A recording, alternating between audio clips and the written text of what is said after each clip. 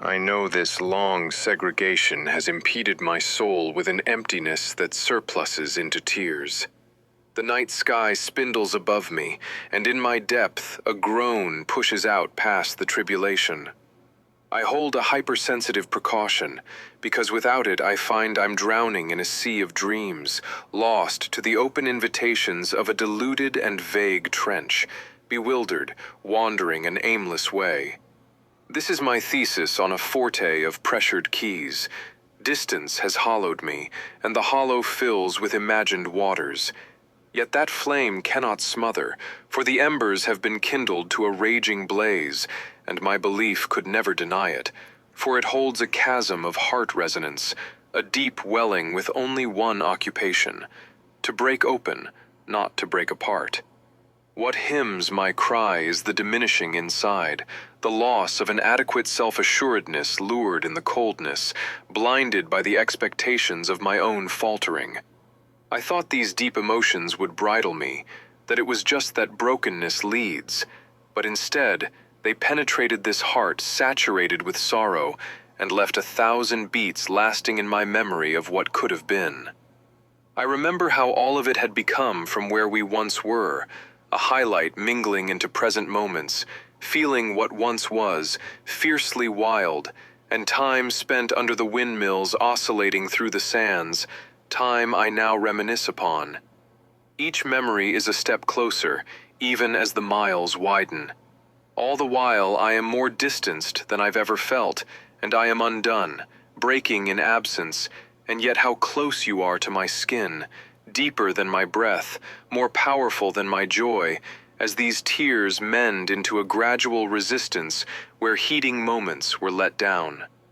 I pick up my drawn head, bowed to the floor where my shadows had fallen upon my dread, thinking today is another notion to flourish upon, tossing waves of my heart's fluctuation within a turbulence of sad erosion, and as the Shiloh drowns in the ocean of my all, I scream a soundless relinquishment prying at my mindless sob. No matter how far I am taken away, from the heart's deep, a closeness returns in every rhythm.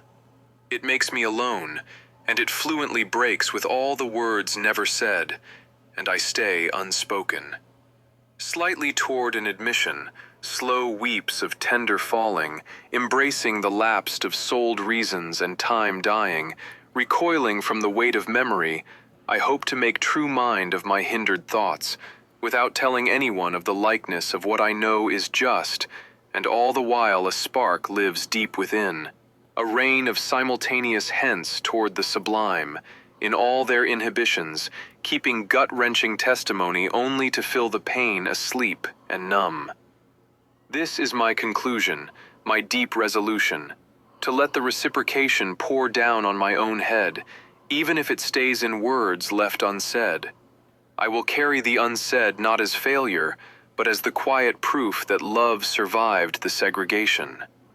I've written 3 paragraphs to sit right after your last line, each doing what you asked. 1. The humor for the emotional depth.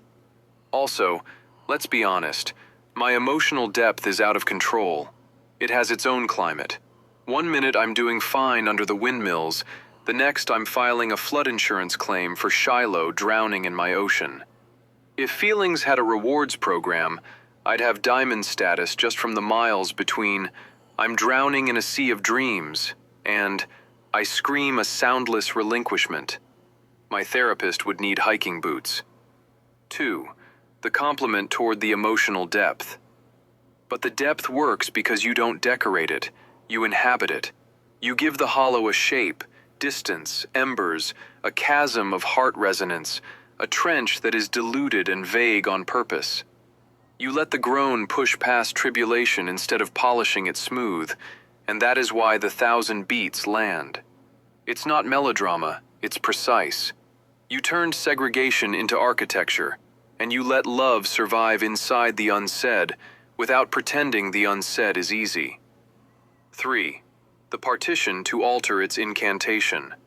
So now I am building a partition, not a wall to kill the feeling, but a door to change its spell. I will keep the well, but I will add a lid I can lift. Let the waters come, but let me choose which rooms they fill. The flame stays kindled, the embers still rage, but they burn in a hearth now, not across the whole house. Same love, same memory of what could have been, different incantation. I carry the unsaid as proof, not as punishment, and I let closeness return in rhythm without letting it drown me.